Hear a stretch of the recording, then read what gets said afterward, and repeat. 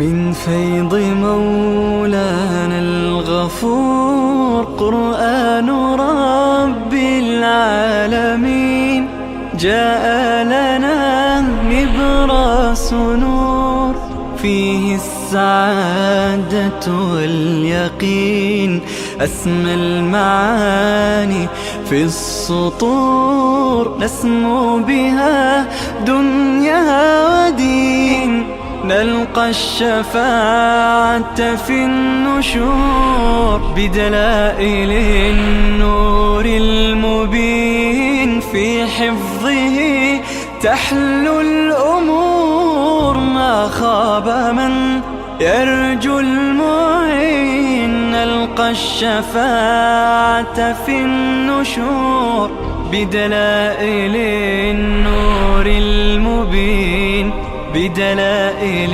النور المبين.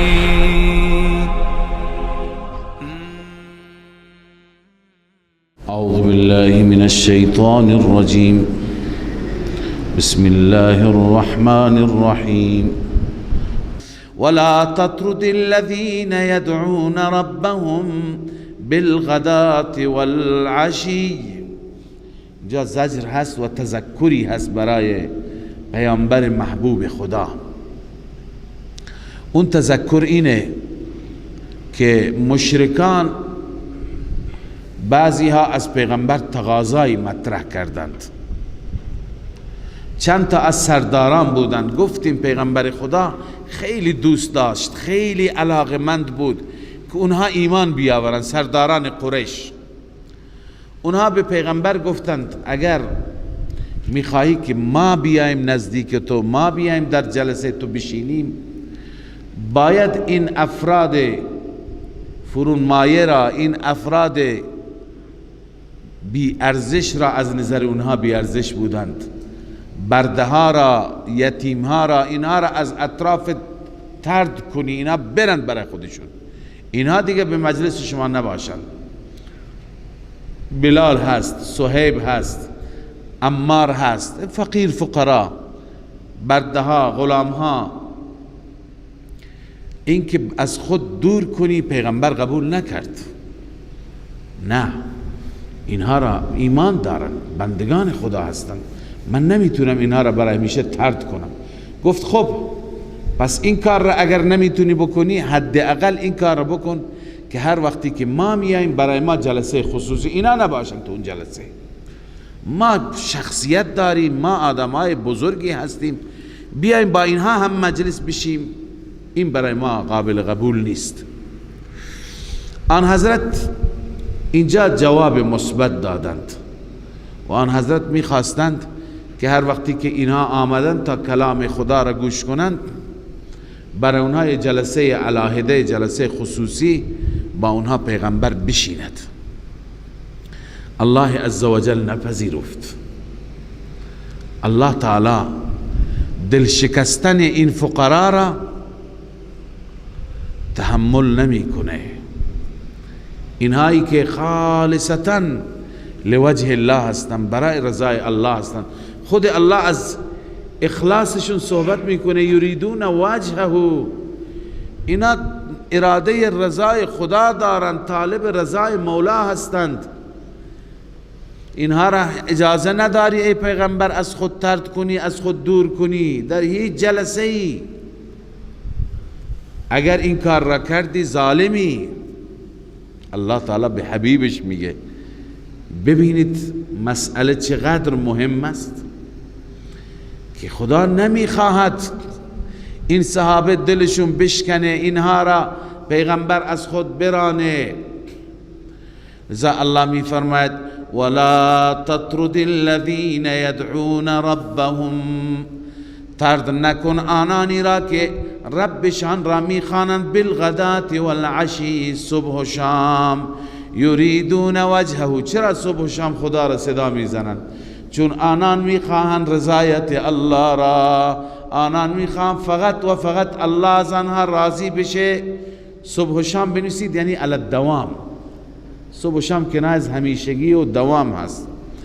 ما علیک من حسابهم من شیء وما من حسابك عليهم من شيء. الله می فرماید نیست بر تو حساب آنان چیزی و نیست از حسابت بر آنان چیزی. نه حساب اونها بر تو است نه حساب تو بر اونها است. یعنی چه؟ دو تفسیر اینجا گفتند. یعنی حساب این صحابه، این فقرا، جزای اونها، پاداش اونها، رزق اونها بر تو نیست. تو چرا اونها رو میخواید از جلسه بیرون کنی؟ و مال تو هم بر اونها نیست. این قرطبی نوشته ای جزاؤهم و رزقهم علی الله. پاداش اونها، رزق اونها بر خداست. و جزاؤک و رزقک علی الله لا غیره. و جزا و رزق تو هم ای پیغمبر بر خداست نه بر کسی دیگه. رزق تو به دست ابو جهل نیست، به دست عتبه و شیبه نیست که اونها را راضی کنی. یک تفسیر اینه، معنی این هست. تفسیر دوم اینه که ضمیر هم جزا ما علیک من حسابهم، این ضمیر هم در حسابهم به سوی مشرکین کفار است. یعنی ای پیغمبر تو تبلیغت را بکن، اونا خواسته خصوصی دارن قبول نکن، تو پیام من را به اونها برسان، دیگه حساب اونها بر تو نیست. یعنی اگر ایمان بیارند نیارند این به شما هیچ سوالی هیچ مسئولیتی متوجه نمیشه. لذا فقیر فقرا را طرد نکن، اینها را سر جایشون بذار و از مشرکین هم هیچ حسابی بر شما نیست. نگران نباش اگر ایمان نیاوردند. لذا الله می فرماید ما علیک من حسابهم من شیء، نیست بر شما از حساب آنان چیزی. و ما من حسابک علیهم من شیء، و نه حساب شما بر آنان. فتطردهم، اگر طرد کردی، فتکون من الظالمین، از ظالمان میشی، از ستمکاران میشی. و کذالک فتنا بعضهم ببعض، این کاف لبیان الکمال است. الله می فرماید از کمال ماست که ما بعضی را برای بعضی دیگه امتحان قرار دادیم. ببین خدا یکی را از من و شما غنی قرار داده، یکی را فقیر قرار داده. این امتحان است، امتحان الهی است، تاکه اونی که دارد بگه اینها کسانی هستند که خدا بر ما از بین اینها بر ما منت گذاشته، به ما داده. فتنا بعضهم ببعض لیقولوا، تاکه بگویند اهؤلاء من الله علیهم من بیننا، اینها هستند که خدا بر اینها منت گذاشته، احسان کرده از بین ما. یعنی به اینها دین اسلام داده، به ما نداده. به تمسخر یا به صورت حسد. اینجا علامه آلوسی می فرماید که الاغنیاء كانوا یحسدون فقراء الصحابه، سرمایه‌داران سرداران با فقراء صحابه حسد می کردند رضی الله عنهم. چرا؟ علی کونهم سابقین فی الاسلام، چون که صحابه در اسلام از اونها سبقت و پیشی گرفته بودند. و مسارعین الی قبوله، قبل از اونها سرعت کرده بودند و قبول کرده بودند اسلام را، اونها عقب مونده بودند. لذا الان اونها در ضد و حسد گفتن اهؤلاء من الله علیهم من بیننا، آیا خداوند بر اینها منت گذاشته از میان ما؟ الله می فرماید الیس الله باعلم بالشاکرین. جواب رد چرا نه؟ مگر خداوند عالمتر نیست به شاکرین؟ اینا بندگان شاکر خدا هستند، اینها سپاسگزار بودند، اینها ایمان آوردند، خدای عزوجل بر اونها منت گذاشت. بله. و اذا جاءك الذين يؤمنون، الان بشارت صحابه، ببین دل صحابه اونجا قطعا شکست. وقتی که پیغمبر میخواست در زمان جلسه سرداران اینها نباشند، چه حالتی دلشون داشت؟ شکست، ناراحت شد. الله تعالی اولا به پیغمبر خودش تذکر داد، بعدا بشارتی میده که چقدر دلشون خوش شد. الله می فرماید و اذا جاءك الذين يؤمنون بآیاتنا، هرگامی آیم پیش شما کسانی که ایمان آوردن به آیات ما، فقل سلام علیکم. ابتدا الله به پیغمبرش میگه به اونها سلام بگو، فقل سلام علیکم، بگو سلام بر شما. دوم به اونها بشارت بده، کتب ربکم علی نفسه الرحمه. ای صحابه اگر مشرکی شما را تحقیر میکنند، اگر آنها شما را قبول ندارند، ولی الله شما را قبول دارد، خدا بر خودش رحمت نوشته به نسبت شما، یعنی خدای عزوجل بر خود قرار داده تفضلا که شما را مورد رحم قرار بده، مورد عنایات خاص قرار بده. اما با این شرط، این جمله مفصل است، انه من عمل منکم، شرطش اینه، بیان رحمت اینه، همانا شان این است که من عمل منکم سوءا بجهاله، هر کسی از شما عمل سوئی انجام بده، عمل بدی انجام بده، ثم تاب من بعده و اصلا، سپس توبه بکند بعد از آن، از گذشته نسبت به گذشته توبه بکند، و اصلح و نسبت به آینده اصلاح بشه. شرط توبه همینه، ما نسبت به گذشته نادم باشیم، دیگه در آینده گناه را نکنیم. الله می فرماید فانه غفور رحیم، همانا آن ذات بخشاینده و مهربان است. و كذلك نفصل الآیات ولتستبین سبیل المجرمین. الله تعالی می فرماید ما آیات را اینگونه مفصل با توضیح بیان میکنیم و نتیجه آیات چی میشه؟ ولتستبین سبیل المجرمین، تا که روشن بشه راه مجرمان. یعنی راه مجرمان چی هست؟ انکار، ضد، عناد، راه اونها هم روشن بشه.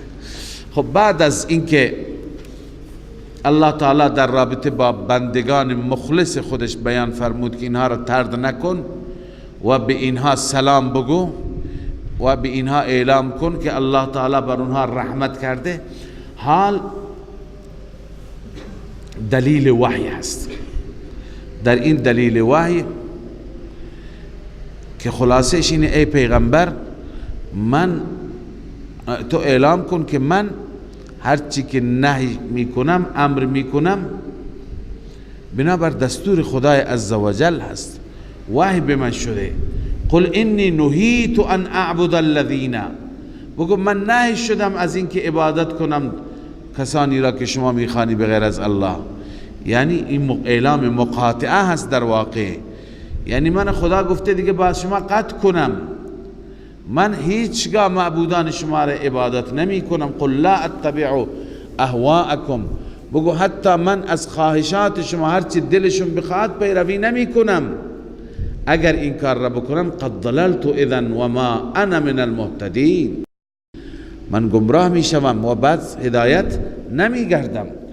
قل انی علی بینة من ربی و کذبتم به، ای پیغمبر به آنان اعلام کن که من بر بینه هستم، بر دلیل کامل هستم از جانب ربم، اما و کذبتم به، شما آن را تکذیب کردید، بنویسی بلا دلیل. اما اینکه عذاب میخواهید، من دستم عذاب نیست. ما عندی ما تستعجلون به، نیست نزد من آنچه که شما عجله میکنید. عذاب دست من نیست، دست کیه؟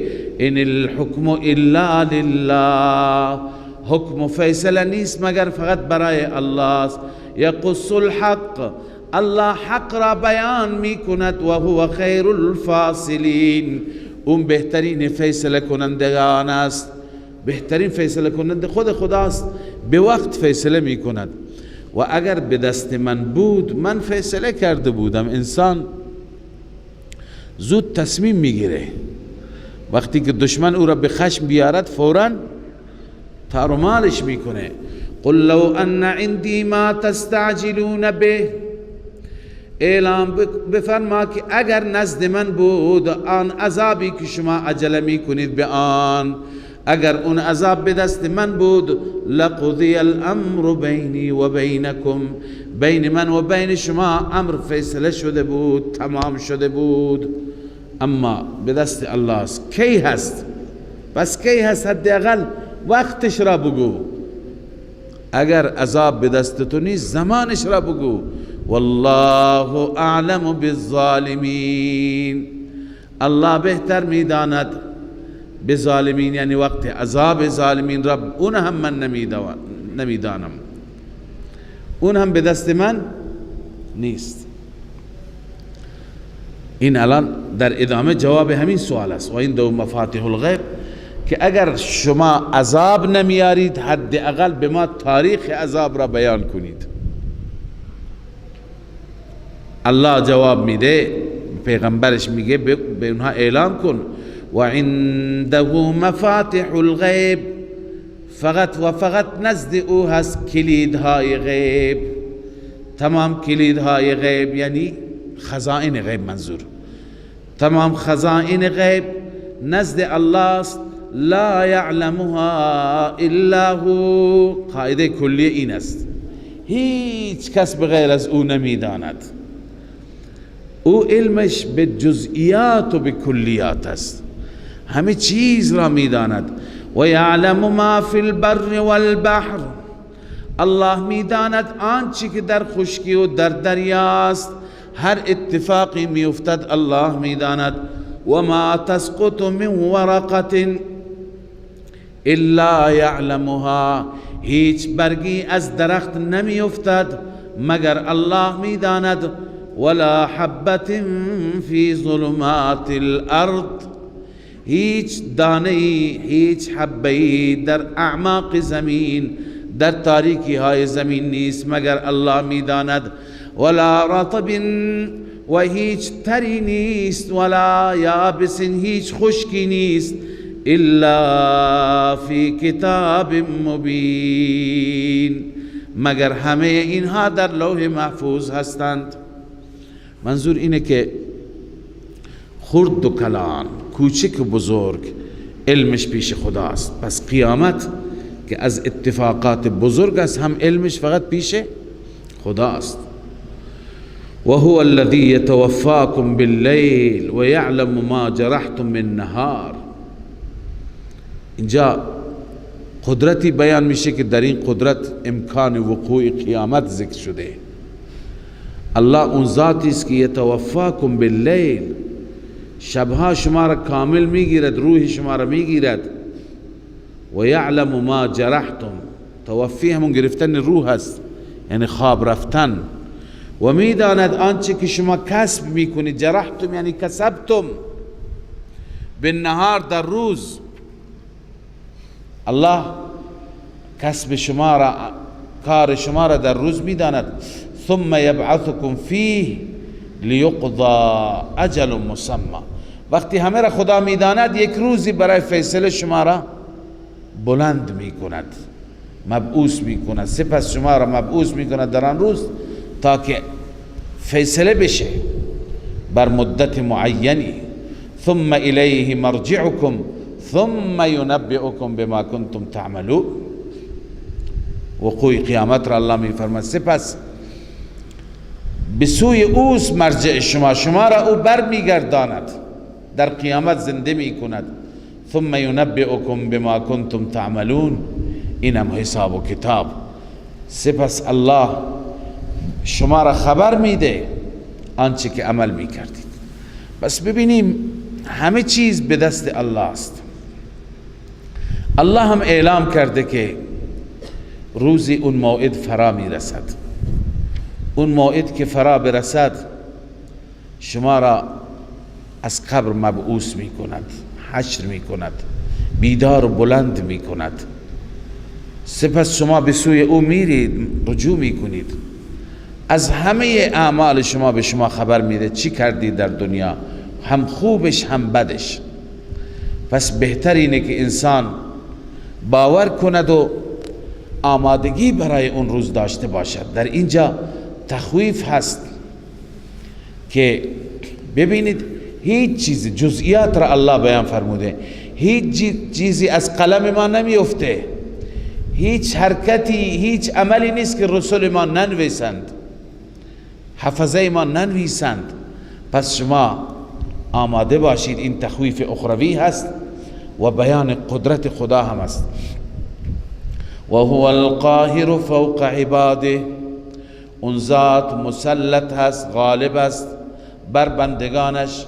و یرسل علیکم حفظا، و می فرست بر شما حفظه ای که اعمال شما را و جان شما را حفاظت می کنند. فرشتگان مخصوصی هستند، هم اعمال شما را حفاظت یعنی حفظ می کنند، می نویسند، ثبت و ضبط می کنند. حتی اذا جاء احدکم الموت، حتی وقتی که می آید پیش یکی از شما مرگ، یعنی وقتی مرگش فرا می رسد، توفته رسولنا، او را وفات میدند، او را میگیرند پیامبران ما، فرستادگان ما. و هم لا یفرطون، آنها کوتاهی نمی کنند. پس معلوم شد که فرشتگان موت زیاد هستند. قبلا هم این آیه را یکی دو روز پیش خواندیم. یک فرشته نیست، ملک الموت زیادن. توفته رسولنا، هر یکی را خدا برای یک انسانی تعیین کرده، هر گروهی را برای انسانهایی. خدا میدونه ترتیب اینها، نظم کار اینها چی است. لذا اگر در آن واحد هزاران مردم در هزاران نقطه این زمین میمیرند، برای همه فرشته هست، برای هر یک جداگانه مأمور تعیین شده هست. بعد از اینکه فرشته بمیرانند کجا میریم؟ ثم ردوا الی الله مولاهم الحق، سپس برگردانده می شوند همه به سوی الله، آن اللهی که مولای حقشان هست. الا له الحکم، آگاه باش، فقط و فقط حکم و اختیار مال اوست. و هو اسرع الحاسبین، این هر یکی میتونه جواب سوالی هم باشه، روی هر یکی فکر کنید. این همه بندگان از آدم تا آخرین انسان، میلیارد انسان، اینا چطور پرسش و پاسخشون میشه، چطور کارشون تمام میشه؟ و هو اسرع الحاسبین، نزدیکترین سریعترین حسابگر و حسابرس است. الله زود حساب میگیرد. به چه صورت الله بهتر میداند. در روایت ها میاد خدای تعالی حساب همه خلائق را در نصف روز تمام میکند. لذا کار الله است. قل من ینجیکم من ظلمات البر والبحر، از اینجا به بعد ابتدا دلائل توحید عقلی اعترافی شروع میشه و بعد از آن الله تعالی تخویف دنیوی بیان میفرماید. الله میفرماید قل من ینجیکم، اعلام کن چه کسی شما را نجات میده، من ظلمات البر والبحر، از تاریکی های خشک دریا و خشکی، از تاریکی های خشکی و دریا. همیشه گاهی شما در مصیبتی در جنگل مواجه میشید، گاهی در دریا مواجه میشید. کیش که شما را نجات بده؟ تدعونه تضرعا و خفیا، شما او را میخوانید در حالی که تضرع میکنید، یعنی با تضرع و خفیتا. قبلا خواندیم آداب دعا، یکی از آداب دعا اینه در دعا دو چیز را رعایت کنید، یکی دعایتون تضرع داشته باشه، یکی خفیه باشد. لئن انجانا من هذه لنکونن من الشاکرین،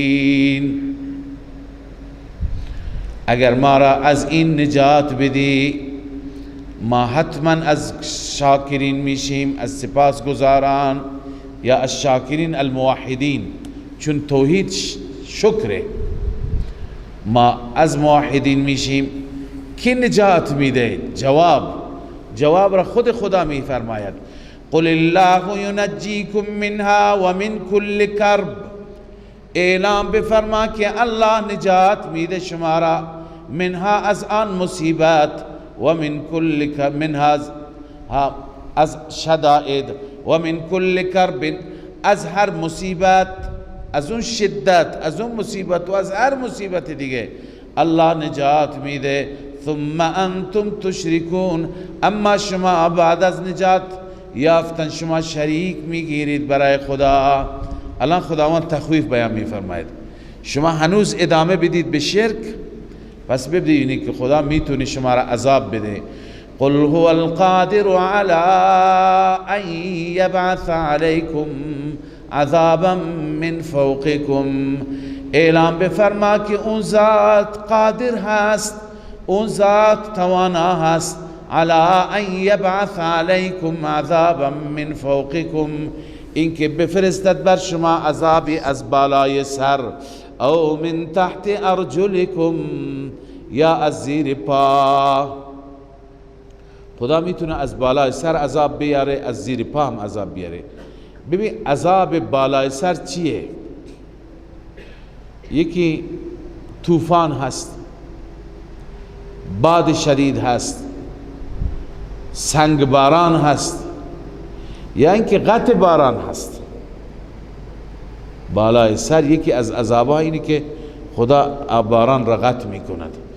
او من تحت ارجلکم، از پایین زلزله هست، خسف و فرو رفتن در زمین هست، یا اینکه سیل و غرق هست. اینها همه عذابهای پایین هستند. او یلبسکم شیعا، یا اینکه شما را گروه کند و یذیق بعضکم بأس بعض، بچشاند بعضی از شما عذاب بعضی را، یعنی بر یکدیگر را عذاب بدید، یکدیگر را شکنجه بدید، یکدیگر را تار و مار بکنید، بکشید، گروه بشید. در حدیث شریف آمده که رسول الله صلی الله علیه وسلم از خداوند سه چیز خواستند. این آیه سه چیز بیان کرده. سه چیز از خدا خواستند، الله دو تا را اجابت کرد، یکی را نه. اون سه چیز اینه که خدای عذاب همگانی از آسمان بر امت من نیاید، یعنی از آسمان چنان عذابی بیاید فیصله بشه که این امت هلاک بشه، نابود بشه، چنین عذابی نباشد. و همچنین عذابی که از زیر پا باشد، از زمین باشد، چنانچه اقوام گذشته داشتند. زلزله بود، سیل بود، طوفان بود، قحط بود، چنان بر امت من نیاید، بر همه امت یک باره. اینم پذیرفته شد. سوم اینا خواستن که اینا با هم درگیر نشن، او یذیق بعضکم بأس بعض، تو سر هم دیگه بزنند، هم دیگه را بکشند. این پذیرفته نشد. الله این را برای امتحان در دنیا گذاشته که متاسفانه امت دسته دسته از هم دیگر را از بین میبرد. بله، یک تفسیرش همینه، اما این تفسیر از ابن عباس هم هست که این هم میتونه مصداق باشه. اون تفسیر اینه که علیکم عذابا من فوقکم، ایشون میفرمند من فوق کنایه از حاکمان جور هست، از پادشاه ستمگر است. یعنی خدا از بالای سر شما را عذاب میده، بر شما مسلط میکند چنان پادشاهی، چنان حاکمی، چنان رئیسی که شما را عذاب بده، شما را اذیت کنه، شما را شکنجه بده، عرصه را بر شما تنگ بکنه. گاهی انسانها از دست این پادشاهان چی میکشند؟ اینا عذاب خدا. او من تحت ارجلکم، از زیر پا، این اشاره به زیر دستان است، اونهایی که شما حاکمشون هستی و اونا زیر دست شما هستند. چه کارگر شما، چه کارمند شما، چه خادم شما، چه بچه و فرزند و اولاد شما، چه زن شما، اونا را خدا نافرمانت میکنه. به هر چی میگه هیچ که از تو حرف شنوی نداره. لذا او من تحت ارجلکم این هست. انظر کیف نصرف الآیات لعلهم یفقهون. ببین ای محمد ما چگونه آیات را میگردانیم شاید بفهمند، شاید درک بکنند، اما اینها درک نمی کنند، تکذیب کردند. و کذب به قومک و هو الحق. این عذاب را یا این قرآن را قوم تو تکذیب کرد در حالی که این قرآن حق است. قل لست علیکم بوکیل. پس تو اعلام کن، نفی مختار کل، من بر شما وکیل نیستم، یعنی من کارساز و ضامن شما نیستم، شما که قرآن انکار کردید. لکل نبأ مستقر. هر خبری مستقری دارد، یعنی وقت قرار. بنویسید در علم الهی، در علم الهی قرارگاهی دارد. و سوف تعلمون. ان قریب شما میدانید. این اشاره به تخویف اخروی هست. و اذا رأیت الذین یخوضون فی آیاتنا. اینجا زجر و توبیخ هست و همچنین آداب تعلیم یا آداب معلم و مبلغ. ببینید گاهی شما مجبور میشید که در میان جلسات اهل کفر، اهل شرک، اهل بدعت برید. خدای تعالی می فرماید وقتی که شما در جلسات اونها رفتید، شرکت کردید و دیدید که در بحثی هستند بر علیه اسلام، بر علیه مسلمانان، بر علیه توحید، بر علیه خدا، شما با اونها ننشینید، با اونها از جلسه اونها ترک کنید جلسه را. ها اگر بحث دیگری شروع کردن بشینید. و اذا رأیت الذین یخوضون فی آیاتنا. وقتی که دیدی شما کسانی را که در آیات ما وارد می شوند، در آیات ما دخالت می کنند، فاعرض عنهم حتی یخوضوا فی حدیث غیره. از آنان اعراض کن، از آنان رویگردانی کن تا اینکه اونا وارد بحث دیگه بشند، حدیث دیگه. و اما ینسینک الشیطان. اگر شیطان شما را فراموش داد، یعنی فراموش کردی، نشستی بعدا متوجه شدی اینا دارن بر علیه دین صحبت میکنند، بعد از تذکر دیگه نشین. فلا تقعد بعد الذکر مع القوم الظالمین. بعد از ذکر، بعد از یاد آمدن است، یا تفسیر بهتر بعد از ذکر یعنی بعد از پند و اندرز است. یعنی وقتی میبینی که صحبتهایشان صحبتهای خوبی نیست، شما پند خودت را بده و بلند شو. بعد از ذکر یعنی بعد از نصیحت و تبلیغ، یا اینکه بعد از ذکر، بعد از یاد الله و بلاغ دستور خداوند دیگه ننشین با قوم ظالم. و ما علی الذین یتقون من حسابهم من شیء ولكن ذکر لعلهم یتقون. الله تعالی می فرماید نیست بر کسانی که یتقون، ای یتقون الشرک، یتقون المعاصی، منظور صحابه کرام، اونهایی که از معاصی اجتناب میکنن، من حسابهم من شیء، از حسابشان هیچ چیزی، یعنی حسابشون بر اونها نیست.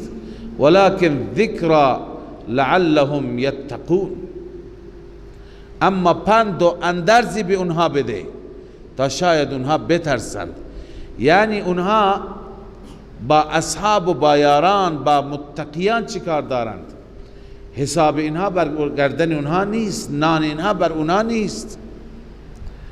و ذر الذین اتخذوا دینهم. بازم زجر هست که اینهایی که دین را لهو و لعب گرفتن، دین را بازیچه گرفتن، ترک کن اینها را، رها کن. و ذر الذین اتخذوا دینهم لعبا و لهوا. الله می فرماید که بگذار کسانی را که گرفتن دینشان را لعب و لهو. لعب و لهو یعنی دین را بازیچه. خیلی از ادیان را شما میبینید که دینشان بازیچه هست، هرچی که دلشون میخواد. تو دین اینها موسیقی هست، تو دین اینها رقص هست، تو دین اینها لهو و لعب هست، هرچی بخواند حلال میکنند، هرچی بخواند حرام میکنند. این بازیچه دیگه. دین بالخصوص خرافاتی اگر باشه، بدعت باشه تو دین، یعنی هرچی که ملا بخواد جز دین قرار بده، هر چیزی را که بخواد از دین خارج بکنه، این شد بازیچه نفس، هوای نفس. امام رازی نوشته اتخذوا ما هو لعب و لهو من عبادت الاصنام و غیرها دینا لهم.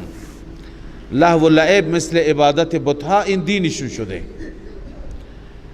و می فرماید که الثالث ان الكفار كانوا يحكمون في دين الله بمجرد التشهي والتمني. در دین خدا کفار چیکار میکردن؟ ببین همین خرافات از خود درست کردن، نگاه میکردند چیزی که میل خودشان بود، طبق تمنای خودشان بود، مثل تحریم السوائب. شما خواندید سوائب را، صائبه و غیره را اونها حرام میکردند. خب خدا حرام نکرده، اونها به دل خود حرام میکردند. فعبر الله عنهم بانهم اتخذوا دینهم لعبا و لهوا. این خدا تعبیر میکنه، میگه دین را بازیچه و دین را لهوی قرار دادند. و غرتهم الحیات الدنیا، آنان را فریب داد حیات دنیا، زندگی دنیا. این علت است. و ذکر به ان تبصر نفس بما کسبت. اما فریضه پیامبر، ای پیامبر من تو تذکر بده، ان تبصر نفس. ان تبصر مقدر است، مضافش ای کراهت ان تبصر.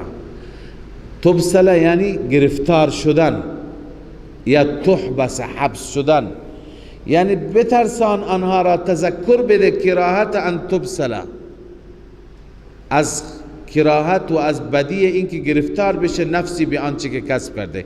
یعنی تا اینکه گرفتار نشه به اعمال شرکیش، شما تذکر بده، تبلیغ کن تا اینکه نفس نجات پیدا بکنه. بعضی گفتن کراهت ان تبصر هست، بعضی گفتن که لئلا تبصر، تا اینکه گرفتار نشه هیچ نفسی به آنچه که کسب کرده، یعنی به شرکش گرفتار نشه، از شرک برهد، نجات بیابد. چون که وقتی که این نفس گرفتار شد راه نجاتی نیست.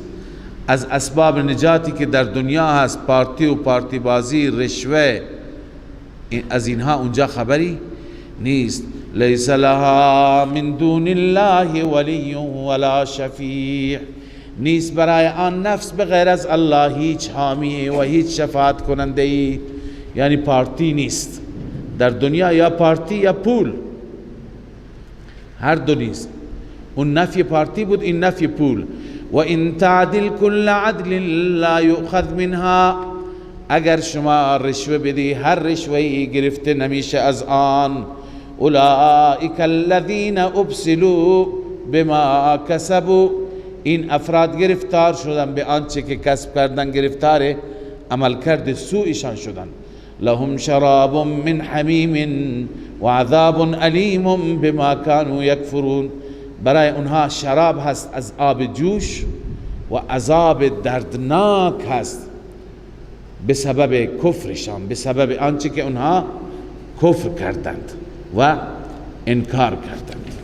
قل اندعو من دون الله ما لا ينفعنا ولا يضرنا ونرد على أعقابنا بعد إذ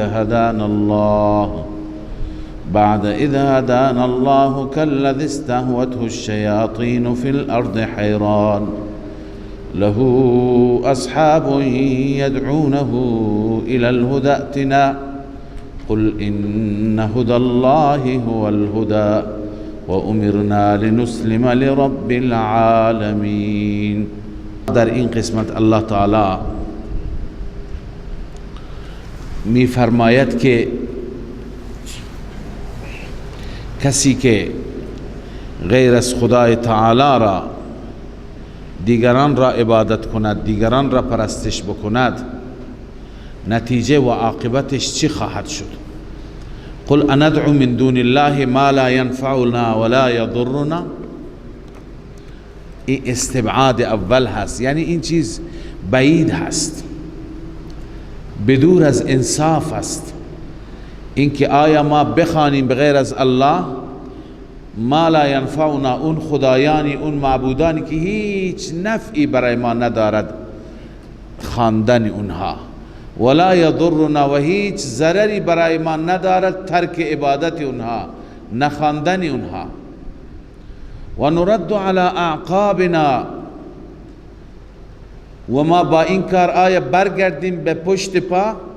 ای نرجع الی الشرک، جلالین. آیا شما میخواهید که ما به شرک برگردیم؟ بعد اذ هدانا الله، بعد از این که ما را خدا هدایت کرد، توحید را به ما داد، بعد از این برگردیم؟ کالذی استهوته الشیاطین فی الارض حیران. مثال این انسان مثل اون کسی میماند که استهوته الشیاطین، شیاطین او را دیوانه کردند، فی الارض حیران، در زمین سرگردان است. بعضی وقتا انسانهایی هستند که دچار شیطان زدگی و جن زدگی می شوند و اونها یه جای افتادند، از خود بی خود، از خود بی خبر، هر که صدایشون بکنه حتی نمی فهمند من دارن صدا می کنند. لذا این کسی که جن زدگی و شیطان زدگی دارد، رفقاش را صدا میکنن فلان بیا به طرف ما، این نمیدونه، متوجه نیست. لذا کسی که به شرک برگردد مثل همون دیوانه میماند که پیغمبر خدا، داعی توحید، داعی حق، او را صدا میکند بیا به سوی توحید، بیا به سوی حق، اصلا متوجه نیست اینا چی میگند. لذا الله می فرماید له اصحاب یدعونه الی الهدى ائتنا، برای اون کسی که دیوانه شده یاران و دوستانی هست که میخوانند او را به سوی هدایت که بیا به سوی ما، اما اون متوجه نیست، نمیره.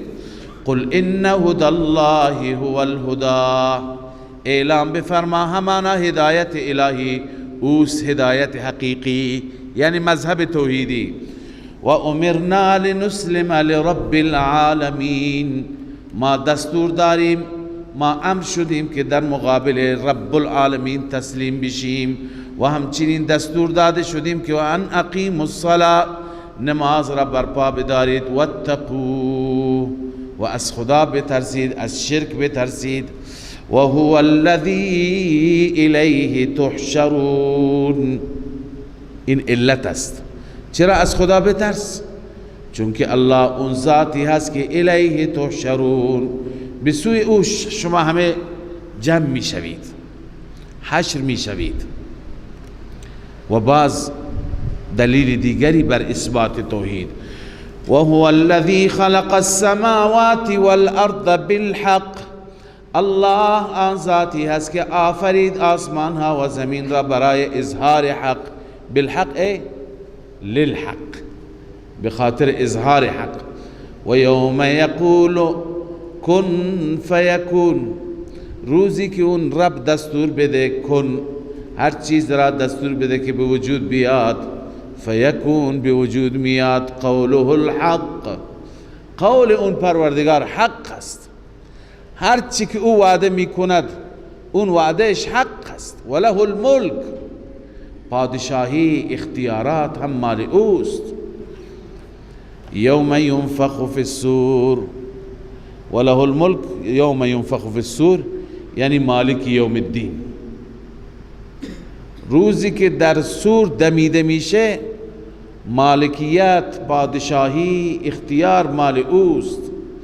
عالم الغیب و الشهاده، اون ذات داننده غیب و شهادت است، اون چیزی که غایب است از چشما، اون چیزی که ما میبینیم. و هو الحکیم الخبیر، و اون ذات از هر چیز بر هر چیز خبر دارد و در هر کارش حکمت است. الحکیم فی امره و قضائه، در امر و قضا و فیصله‌ای که میکند حکمت را در نظر دارد و از هر خبر دارد، از هر مسئله اطلاع دارد. این صفات خدا هستند. این صفات مقتضی اینند، بیانگر اینند که انسان عابد، انسان عبادت گزار فقط خدا را عبادت کند، چون این صفات را کسی دیگه ندارد که از احوال من خبر داشته باشد و بر همه اعمال من بینا باشد. و اذ قال ابراهیم لابیه آزر، اینجا دلیل نقلی از ابراهیم علیه السلام. ببینید همین دعوت توحید و همین دعوت به سوی یکتاپرستی و رد شرک که قرآن مطرح می کند، ابراهیم همین رو مطرح کرد. اگر هر کس از شما ابراهیمی هست، چه قریش مکه که ادعا می کردن، چه یهود، چه نصارا، بیاید بر مسیر ابراهیم. ببینید ابراهیم توحید را تبلیغ کرد. وقتی که گفت ابراهیم به پدرش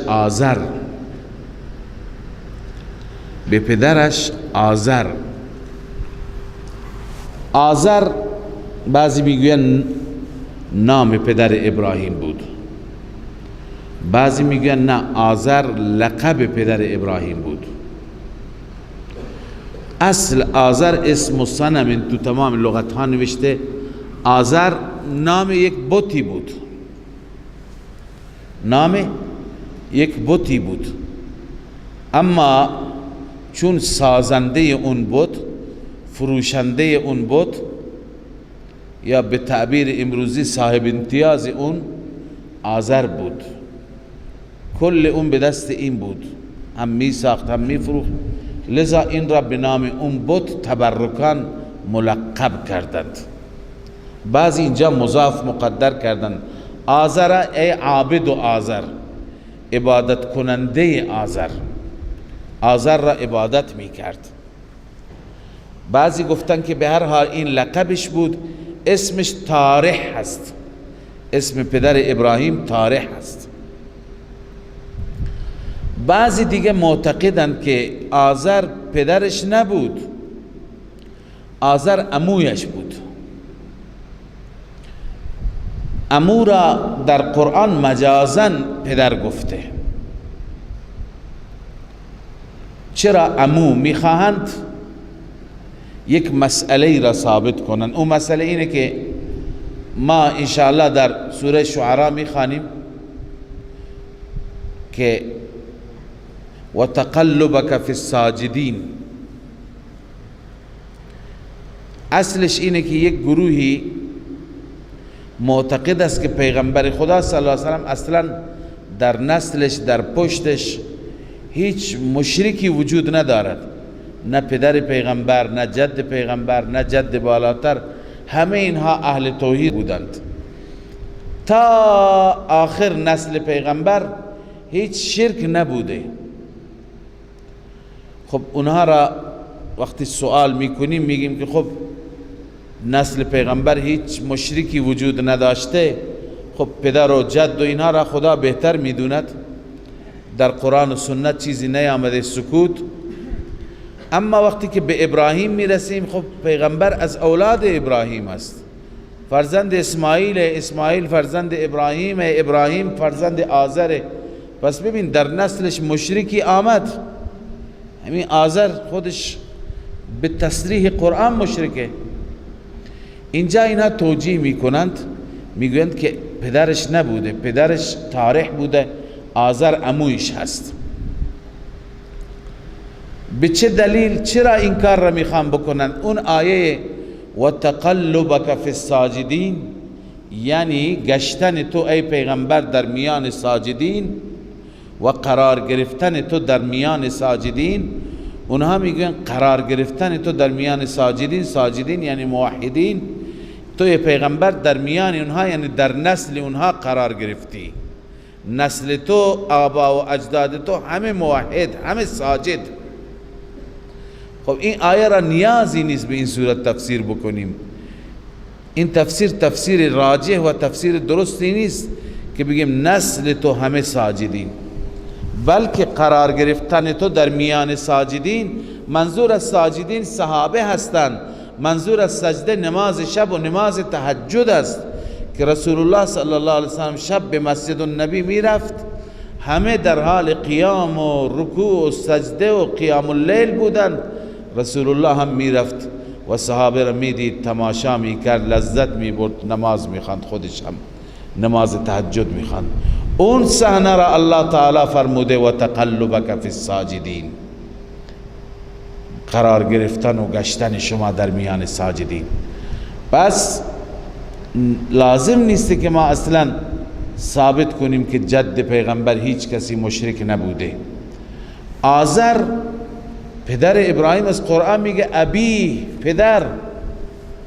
ما چه زمانی به طرف معنای مجازی می رویم؟ شما این اصل را خواندید، زمانی که عمل کردن به معنای حقیقی ممکن نباشد، مشکل باشد. الان اینجا ابیه معنای حقیقی، معنای پدر گرفتن چه مشکلی دارد؟ مشکلی ندارد.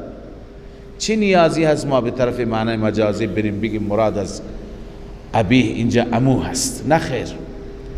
آزر چه نامش هست چه لقبش هست، پدر ابراهیم از قرآن میگه. وَإِذْ قَالَ إِبْرَاهِيمُ لِأَبِيهِ آزَرَ أَتَتَّخِذُ أَصْنَامًا آلِهَةً. ابراهیم به پدرش آزر گفت ای پدر، آیا تو بت‌ها را به عنوان معبود گرفتی؟ انی اراک و قومک، من تو را و قومت را میبینم فی ضلال مبین، در گمراهی آشکار هستی. به هر حال ابراهیم دعوت داد. دعوت ابراهیم را میخوانیم انشاءالله در سوره مبارکه مریم. یا ابت لا تعبد الشیطان، یا ابت لما تعبد ما لا ينفعك ولا يضرك. اما وقتی که میخواست پدر را و قوم را بفهماند، تفهیم کند ابراهیم علیه السلام چگونه از دلیل اونها استفاده کرد، از عقاید اونها استفاده کرد در رد اونها. چطور؟ اولا و کذالک کاف لبیان الکمال است، یعنی از کمال ما هست. و کذالک نری ابراهیم ملکوت السماوات والارض. الله می فرماید که از کمال هست که ما نشان دادیم یا نشان می دهیم به ابراهیم عجائب آسمان ها و زمین را. ولیکون من الموقنین، لام لام عاقبت است. عاقبت این میشه که اون از یقین کنندگان است. فلما جن علیه اللیل رأى کوکبا. الله می فرماید وقتی که شب پوشش داد، شب پوشش داد یعنی هوا تاریک شد، ابتدا ابراهیم یک ستاره دید. قال هذا ربی، این رب من هست. فلما افل، زمانی که آن ستاره افول کرد، غروب کرد، قال لا احب الافلین، من دوست ندارم غروب کنندگان را. اون خدایی که بیاد و بره، لذا اون خدا نمیتونه خدا باشه.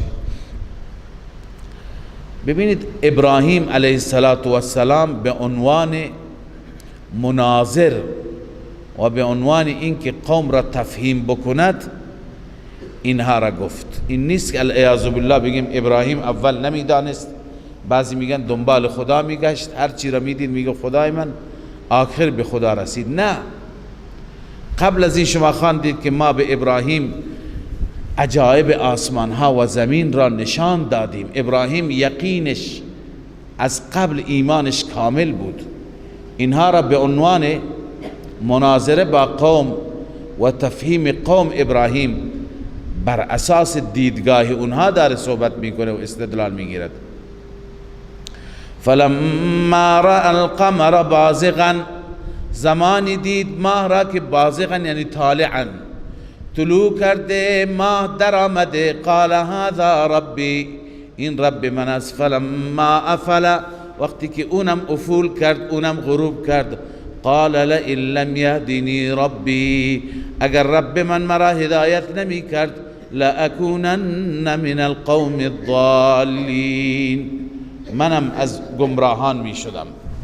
الضالین عن سبیل الهدى، اونی که از راه هدایت گمراه شده. فلما رأى الشمس بازغة قال هذا ربی هذا اکبر. سومی، وقتی که خورشید را دید گفت این رب من است، این بزرگتر است.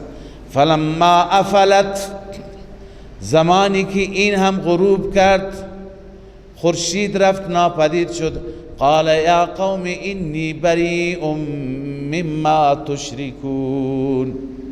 قوم را میخواست متوجه کنه که اینا مظهر قدرت خدا هستند.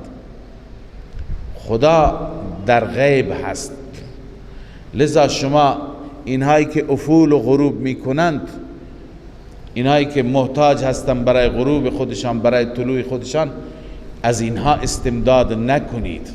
من از شرک شما بیزارم. انی وجهت وجهی للذی فطر السماوات والارض، همانا من متوجه کردم چهرم را، ذاتم را، برای آن ذاتی که خلق فرمود، آفرید آسمان ها و زمین را، در حالی که حنیفا یکسو هستم. و ما انا من المشرکین، معنی حنیف گفتیم یعنی و ما انا من المشرکین. هر جا شما حنیف را میخوانید و ما کان من المشرکین ولم یک من المشرکین و ما انا من المشرکین، حنیف همینه که مشرک نباشد. بله. و حاجه قومه، بعد از اینکه ابراهیم توحید را بیان کرد، ابتدا به سوی قوم و به سوی استدلالات قوم رفت تا قوم را متوجه کند. وقتی که قوم متوجه شد، توحید را آشکارا بیان کرد. الان قوم با او بحث کرد. و حاجه قومه، جدل کرد، محاجه کرد، بحث کرد با او. ابراهیم گفت قال اتحاجونی فی الله وقد هدان، آیا شما با من بحث میکنید درباره توحید خدا در حالی که خدا منو هدایت کرده؟ چقدر ناانصافی هست که شما از خدا نمی ترسید. چطور من بترسم از خدایان باطل شما، اونایی که هیچ قدرتی ندارند، اونایی که پوشالی اند، اونایی که هیچی در اختیارشون نیست، من از اونا بترسم؟ شما از اون خدایی که تمام قدرت را دارن نمی ترسید؟ لذا ابراهیم میگه ولا اخاف ما تشركون به، من نمی ترسم از آن معبودانی که شما شریک خدا قرار میدهید، الا ان یشاء ربی شیئا، مگر رب من چیزی بخواهد. بیان قدرت رب است، یعنی اگر رب بخواد به من ضرر برسانه ضرر میرسانه، اونا نمیتونند. وسع ربی کل شیء علما، رب من هر چیز را از نظر علمی احاطه کرده، در بر گرفته. افلا تتذکرون، آیا پند نمیگیرید؟ پند حاصل نمی کنید؟ و کیف اخاف ما اشرکتم ولا تخافون انکم، چگونه من بترسم از آن معبودانی که شما شریک قرار دادید آنان را، در حالی که ولا تخافون، شما نمی ترسید، انکم اشرکتم بالله، این که شما شریک قرار دادید به خدا، ما لم ينزل به علیکم سلطانا، آن معبودان، آن خدایانی که لم ينزل، نازل نشده بر شما هیچ دلیلی، یعنی برای معبودیت اونها شما هیچ دلیل عقلی و نقلی ندارید. شما اونها را معبود خود قرار دادید، شما از خدا نمی ترسید در این رابطه؟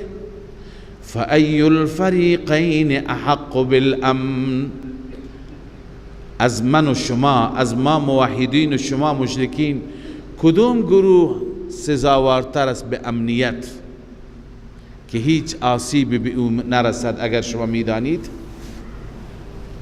الذین آمنوا، خداوند میفرماید امنیت برای چه کسی است؟ بعضی گفتن این ادخال الهی هست. این چیه؟ ادخال الهی. ادخال الهی به این معنی که ابراهیم علیه السلام فرمود از این دو گروه کدام گروه بر امن هست؟ حال خدای عزوجل بیان می فرماید که اونی که مشرک است او امنیت ندارد، اونی که موحد است امنیت دارد. یا اینکه این هم ادامه کلام و سخن ابراهیم علیه السلام است. الله می فرماید الذين آمنوا ولم يلبسوا ایمانهم بظلم، آنانی که ایمان آوردند و خلط نکردند ایمانشان را با ظلم. به ظلم یعنی با شرک. ان الشرک لظلم عظیم. از همین آیه صحابه پریشان شدن، گفته یا رسول الله اینا لم یظلم، کی هست که ظلم نکرده؟ بعد رسول الله فرمود این ظلم شرک است که در کلام لقمان هست، یا بنی لا تشرک بالله ان الشرک لظلم عظیم. پس ایمانشان را با شرک خلط نکردند، قاطی نکردند. اولئک لهم الامن، امن برای اینها هست. و هم مهتدون، و اینها هدایت یافته هستند. در دنیا اینا اهل هدایتند، در آخرت که اهل جنت میشند. پس امنیت برای کسی است که شرک نکند.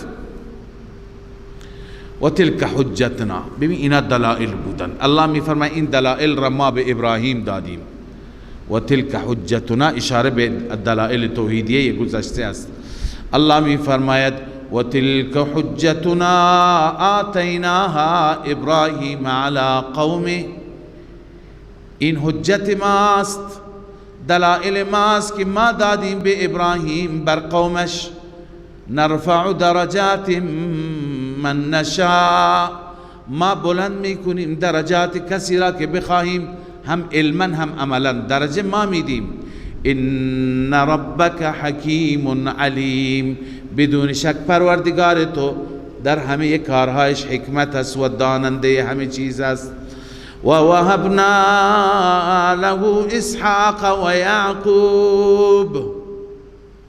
الان ببینید خداوند چه نعمتهایی به ابراهیم داد. بالاترین نعمت فرزند صالح است، اونم فرزندی که اینها پیغمبر بودند. و وهبنا له اسحاق و یعقوب، الله می فرماید ما به او بخشیدیم اسحاق و یعقوب را. کلا هدینا و نوحا هدینا من قبل. ببینید اینجا چند تا پیغمبر را یک جا با هم ذکر کرده. مفسرین بالخصوص شیخ ما رحمه الله می فرمود که این پیغمبران با هم دیگه تناسب دارن، کیف متفق نیست. این سه چهار تا پیغمبر با هم تناسب دارن، سه چهار تا بعدی با هم تناسب دارن، سه چهار تا بعدی با هم تناسب دارن. اینا تناسبشون چیه؟ اینجا یکی ابراهیم ذکر شده، یکی اسحاق، یکی یعقوب، یکی نوح. اینا همه اصول انبیا هستند. بقیه همه انبیا از اولاد اینها هستند. پس اینها اصول الانبیا، ابو الانبیا، آباء الانبیا هستند. الله می فرماید کلا هدینا من و نوحا هدینا من قبل، هر یک از اینها را ما هدایت کردیم و نوح را قبل از اینها. پس این چهار تا اصول انبیا. چهار تا دیگه ذکر میشه. و من ذریته، چهار تا دیگه نه، 6 تا دیگه. و من ذریته داوود و سلیمان و ایوب و یوسف و موسی و هارون. از اولاد او هست داود از اولاد کی؟ از اولاد نوح، چون اینا اولاد ابراهیم هستند اما بعضی ها اولاد ابراهیم نیستند. مثلا لوط برادرزادهش هست، خب میشه بگیم که برادرزاده هم فرزند از اولاد ابراهیمه، اما یونس نیست، از اولاد نیست، اما از اولاد نوح هست. به این خاطر و من ذریته مرجع ضمیر نوح قرار دادن. اما اینجا 6 تا پیغمبر ذکر شده، هر دوتا با هم. خصوصیت داود و سلیمان چی بود؟ این هر دو پادشاه بودند. خصوصیت ایوب و یوسف چیه؟ این هر دو پیغمبر وجه مشترکشون اینه که خیلی مصیبت دیدن در دنیا، خیلی روزهای سخت دیدن. خصوصیت موسی و هارون خود مشخصه، برادر هم بودن، صاحب معجزات بزرگ بودن. لذا الله می فرماید و من ذریته، از اولاد نوح هست داوود و سلیمان، داوود و سلیمان و ایوب و یوسف، ایوب و یوسف علیهم السلام و موسی و هارون، و همچنین موسی و هارون که صاحب معجزات بزرگ بودند. و کذالک نجزی المحسنین، الله می فرماید این گونه ما پاداش می دهیم مخلصین را. اینا همه مخلصینند، انبیاء خدا همه مخلصین. و زکریا و یحیی و عیسی و الیاس کل من الصالحین. این 4 پیغمبر را ذکر کرده. این 4 تا خصوصیتی دارن که قرآن خودش گفته کل من الصالحین. این هر 4 پیغمبر وجه اشتراکشون عبادت است. اینها در عابد بودن خیلی معروفند. این 4 تا در چی معروفند؟ عابد بودن. لذا الله می فرماید زکریا و یحیی و عیسی و الیاس، هر یک از اینها از صالحین بود. 4 تا دیگه، و اسماعیل و الیسع و یونس و لوطا. اسماعیل که جد رسول الله است. حضرت یسع، درباره یسع بقیه انبیا را شما در قرآن خواندید، معروف تر هستند، اما یسع، حضرت یسع میگویند از اولاد افرایم بن یوسف بن یعقوب علیه السلام بود. بعد از 3 پشت به افرایم میرسد و بعد از 4 پشت به یوسف میرسد. اما ایشون در زمان الیاس پیغمبر بود و ایشون جانشین حضرت الیاس شد. والله اعلم، اطلاعات زیادی درباره یسع نیست، همین قدر. اما خصوصیت و ویژگی این 4 پیغمبر چیه؟ این هر 4 تا دینشون دارای شهرت زیاد نیست، معروف نیستند. و اسماعیل و الیسع و یونس و لوطا. اسماعیل و یسع و یونس و لوط پیغمبر. و کلا فضلنا علی العالمین، هر یک از آنها را ما فضیلت دادیم بر عالمیان. بنسبت بالنبوه، به وسیله نبوت اینها بر جهانیان فضیلت دارند. خب اینها پیغمبران، 17 تا پیغمبر اینجا ذکر شدند بعد از ابراهیم. الله می فرماید و من آبائهم و ذریاتهم و اخوانهم واجتبیناهم و هدیناهم. همچنین از پدرانشان، از اولادشان، از برادرانشان. واجتبیناهم، ما برگزیدیم، یعنی به عنوان پیغمبر. غیر از این پیغمبران دیگه پیغمبرانی هم هستن که اینجا در قرآن تعریف نشدن، حتی نامشان هم ذکر نشده. و هدیناهم الی صراط مستقیم، آنها را به صراط مستقیم راهنمایی کردیم و برای ملت هدایت و داعی قرار دادیم. ذالک هدی الله، ببین هدایت اینه، یعنی بر روش انبیا بودن، بر روش پیغمبران بودن. ذالک هدی الله یهدی به من یشاء من عباده، الله به وسیله این هدایت می کند کسی را که بخواد از بندگانش. ولو اشرکوا لحبط عنهم ما كانوا یعملون. اینجا خدای عزوجل میفرماید اگر باز هم اینا شرک کنند تمام اعمالشون برباد میشه. باید بر مسلک انبیا باشن.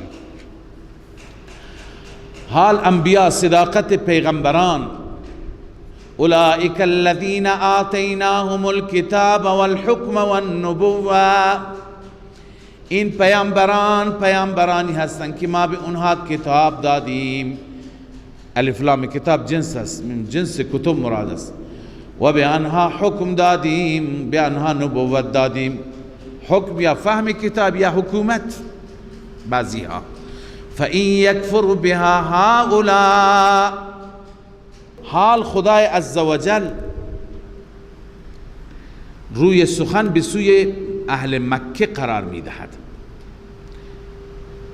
این پیامبران کسانی هستند که ما به اونها کتاب و حکم و نبوت دادیم، اما الان اهل مکه فَإِن يَكْفُرْ بِهَا هَؤُلَاء، به این پیامبران، به این آیات، به این نبوت ها اگر کفر بکنند اهل مکه، فقد وکلنا بها قوما، ما الله تعالی می فرماید که این کار را می سپاریم به قومی که لیسو بها بکافرین، اونها نسبت به این انبیا، نسبت به آیات، نسبت به نبوت انکار نکنند. این قوم چی هست؟ ببین اهل مکه استقبال نکرد. سوره مکی هست. منظور اونطوری که علامه آلوسی در روح المانی گفته، منظور صحابه پیامبر، مهاجرین و انصار مدینه هستند. یعنی شما قریشی ها، ابو جهل و ابو لهب، عتبه و شیبه اگر انکار میکند، ما یک قوم دیگه در نظر گرفتیم که اونها کفر نمی کنند، اونها تسلیم میشن. قال ابن عباس و مجاهد هم الانصار، این قوم دیگه کی هست؟ انصاری ها و اهل مدینه هستند. هم الانصار و اهل المدینه. و قیل اصحاب النبی مطلقا، بعضی گفتن مطلقا اصحاب رسول الله مراد هستند. اولئک الذین هدی الله، این پیامبران کسانی هستند که خدا اونها را هدایت کرده. هدی الله اصلش هست هداهم الله، هم اینجا مقدر است، اینا را خدا هدایت کرده. فبهداه مقتده، به هدایت اونها اقتدا کن ای پیغمبر. هدایت این پیامبران چی است؟ چند چیز هستند. یک، شرک محبط للعمل كالردة والعیاذ بالله، شرک عمل را از بین میبرد. دو، فضل الكتاب الكریم و سنت النبویه. ها ببخشید، اینها از همه اینها، از این آیات اون چی که برداشت هست اینه که اولا الله تعالی فرمود لحبط عنهم ما كانوا يعملون. از این آیات اون چیزی که ما استنباط میکنیم، هدایت آیات و استنباطات آیات را برشمرده است حضرت عبدالله بن عباس. لذا اولین چیز چیه که شرک انسان، اعمال انسان را از بین میبرد، حبط میکند. لا حبط عنهم ما كانوا يعملون. دوم اینه که خداوند فضل کتاب الله، قرآن مجید و سنت نبوی را ذکر فرمود. آتیناهم الکتاب والحکم والنبوة. سوم این که بر رسول الله اقتدا واجب است، از این آیه معلوم میشه. و چهارم این که اجرت گرفتن بر تبلیغ درست نیست. پیغمبر را الله تعالی می فرماید که شما اجر نمیگیرید، شما پاداش نمیگیرید. قل لا اسألكم علیه اجرا. و پنجم این که این هو الا ذکر للعالمین، قرآن پند هست، تذکر هست. قرآن بهترین پند دهنده هست. لذا الله می فرماید قل لا اسألكم علیه اجرا، اعلام بکن من بر این تبلیغ هیچ اجری از شما نمیگیرم. این هو الا ذکر للعالمین، این نیست مگر پندی برای همه عالمیان قرآن. اما زجر بر مشرکین، که مشرکین بجای قبول کردن نه حق خدا را میشناسن نه حق رسول الله را، حتی احترام هم نمیگذارن به خدا. و ما قدر الله حق قدره، آنان خدا را ندانستند، حق خدا را ندانستند، حق قدر. ابن عباس گفته ما عظم الله حق تعظیمه، حق عظمته، اونها حق عظمت خدا را ندانستند. چرا؟ چون که می گفتن که خداوند بر هیچ پیغمبری، بر هیچ بشری وحی نیاورده. اذ قالوا ما انزل الله على بشر من شیء، زمانی که گفتند آنها خداوند نازل نکرده بر هیچ بشری هیچ چیزی. ببینید در ادامه هست خدا می فرماید که خداوند به موسی تورات داد که شما تورات را ورق ورق کردید، به بعضی ورقها عمل کردید، بعضی را انداختید، یعنی بعضی آیاتش را عمل میکنید، بعضی آیاتش را عمل نمی کنید. بنابراین بعضی گفتند که این زجر و توبیخ بر یهود است، چون این کار را کی میکردند؟ یهود بودند که تورات را تکه تکه میکردند، به بخشی از تورات که با اونها مشکل نداشتند عمل میکردند، به بخش دیگر از تورات عمل نمی کردند. لذا الله می فرماید اذ قالوا ما انزل الله على بشر من شیء، اینها حق خدا را ندانستند که گفتند خداوند بر بشر هیچی نازل نکرده. ای پیامبر در جواب بگو قل من انزل الكتاب الذي جاء به موسی، بگو چه کسی هست که کتاب را نازل کرد؟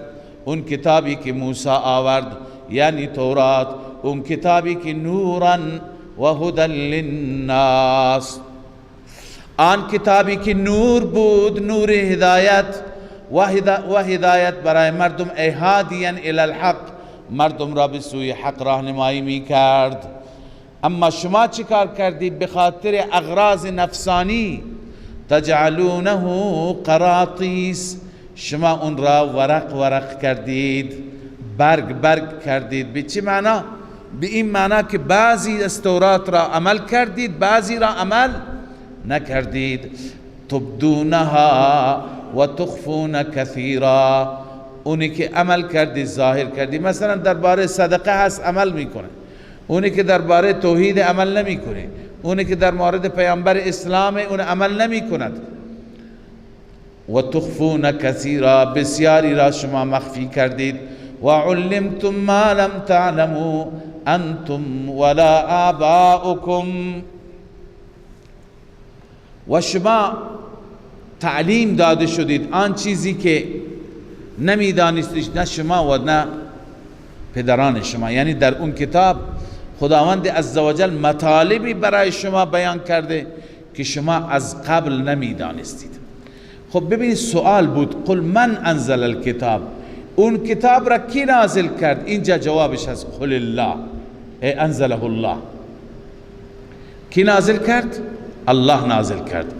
ثم ذرهم فی خوضهم، این جواب را بده، سپس ای پیامبر آنان را بگذار در بازی و بازیچه خودشان، یلعبون، مشغول باشند، غافل بمانند.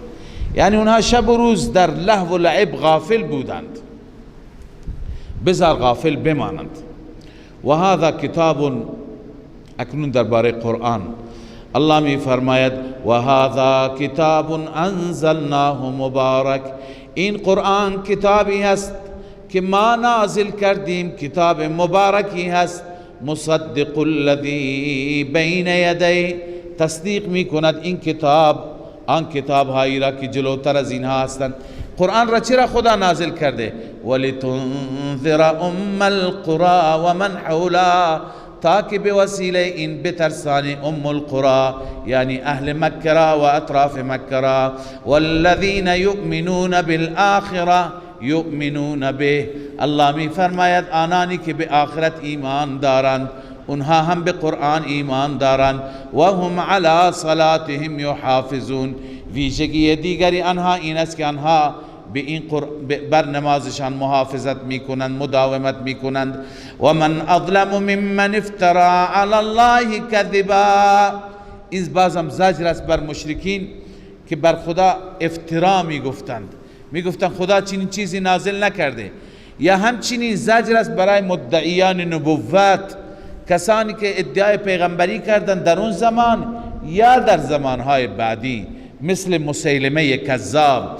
الله می فرماید و من اظلم ممن افترا علی الله کذبا، چه کسی ظالم تر از اون انسانی که افترا میگوید بر الله افتراء دروغ. او قال اوحی الی، یا اینکه اون انسان میگوید به سوی من وحی شده، در حالی که ولم یوحى الیه شیء، هیچ وحی به سوی او نشده. و همچنین چه انسانی از اون انسان بدبختر، و من قال سأنزل مثل ما انزل الله، اون انسانی که میگوید ان قریب من نازل میکنم مثل آنچه که خدا نازل کرده. منظور از این نضر ابن حارث بود. نضر ابن حارث یکی از سرداران کفر و از دشمنان خطرناک رسول الله بود. هر جا به مردم میگفت ایمان نیاورید و بعد گفت من میتونم مثل این قرآن بیارم برای شما میارم. همون بود که گفت برای شما میارم، تا امروز خبری نشد. الله عزوجل تخویف اخروی بیان میکند برای این انسانها، اینهایی که ادعای نبوت دروغین میکنند، اینهایی که ادعا میکنند که ما قرآن میاریم، اینهایی که به قرآن رسول الله ایمان نیاوردند. الله می فرماید ولو تری اذ الظالمون فی غمرات الموت، اگر ببینی زمانی که ظالمان یعنی مشرکان کافران در سختی موت هستند، ببینی اون صحنه عجیبی هست. والملائکه باسطوا ایدیهم، در حالی که ملائکه دستهای خودشان را بلند کردند، دراز کردند به سوی اونها. ملائکه به اونها چی میگن؟ اخرجوا انفسکم، تحویل بدید، بیرون کنید نفستان را، یعنی روحتان را در بیارید. ملائکه با خشونت با تندروی روحشون را میگیرند. الیوم تجزون عذاب الهون، الله می فرماید امروز پاداش داده می شوید عذاب ذلت بار. چرا؟ بما کنتم تقولون علی الله غیر الحق، بسبب آنکه شما می گفتید بر خداوند غیر حق را. و کنتم عن آیاته تستکبرون، این دلیل عذاب است. چون که دلیل اول بما کنتم تقولون علی الله غیر الحق، بر خدا افترا می گفتید، غیر حق می گفتید. و دلیل دوم این که از آیات خدا تکبر می کردید. لذا عذاب بچشید. ملائکه به اونها میگن بریم به طرف عذاب، روحشان را قبض میکنند، میبرند اونها را در عالم برزخ میبرند. بعدا روز قیامت پیش خدا می آیند. الله می فرماید ولقد جئتمونا فرادا کما خولناکم اول مره، شما پیش ما فرادا می آیید، یعنی تک تنها، همان گونه که روز اول شما را پیدا کردم. و ترکتم ما خولناکم وراء ظهورکم، و می گذارید هرچی ما به شما دادیم پشت سر در دنیا. باغتون میمانه، مغازهتون میمانه، کاختون میمانه، هرچی که ما به شما دادیم پشت سر میگذارید. لشکرتون، خدمتون، حشمتون همه میمانند تک و تنها. حتی بعضی گفتن فرادا یعنی عریان، لخت، بدون لباس می آیم پیش خدای عزوجل. از رسول الله پرسیدن یا رسول الله اون وقت که همه بی لباس باشند، عایشه رضی الله عنها پرسید خدای عزوجل که اینها را بی ستر بکند، بی لباس بکند، در میان اینها مرد هست، زن هست، عورت همدیگر را نمی بینند، بدن همدیگر را نمی بینند. رسول الله فرمود چنان وحشتی اونجا غالب است که همه چشمها خیره به آسمان است، هیچ کس از اطراف خودش خبر نداره، چه برسد به اطراف خودش نگاه کند. الله می فرماید اونجا شما می آیید و ترکتم ما خولناکم وراء ظهورکم، آنچه که ما به شما دادیم شما آن را می گذارید پشت سر. و ما نرى معكم شفعاءكم الذين زعمتم انهم فيكم شركاء، نمی بینیم با شما شفیعان و سفارشان که شما گفتی سفارش ما میکنند، آنانی که میپنداشتید که آنان فیکم شرکا، فیکم یعنی فی عبادتکم، در عبادت شما شریکند، باید اونها را هم عبادت کنید.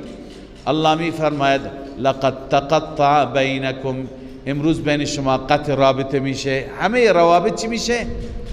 قطع میشه. و ضل عنکم ما کنتم تزعمون، و گم میشود اون چیزی که شما فکر میکردید. چی فکر میکردن؟ که خدایان روز قیامت شفاعت ما میکنه اگر قیامتی باشد.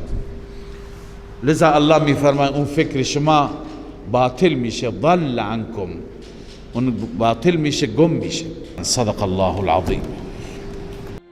من فيض مولانا الغفور قرآن رب العالمين جاء لنا نبراس نور فيه السعادة واليقين أسمى المعاني في السطور نسمو بها دنيا ودين نلقى الشفاعة في النشور بدلائل النور المبين في حفظه تحلو الأمور ما خاب من يرجو المعين نلقى الشفاعة في النشور بدلائل النور المبين بدلائل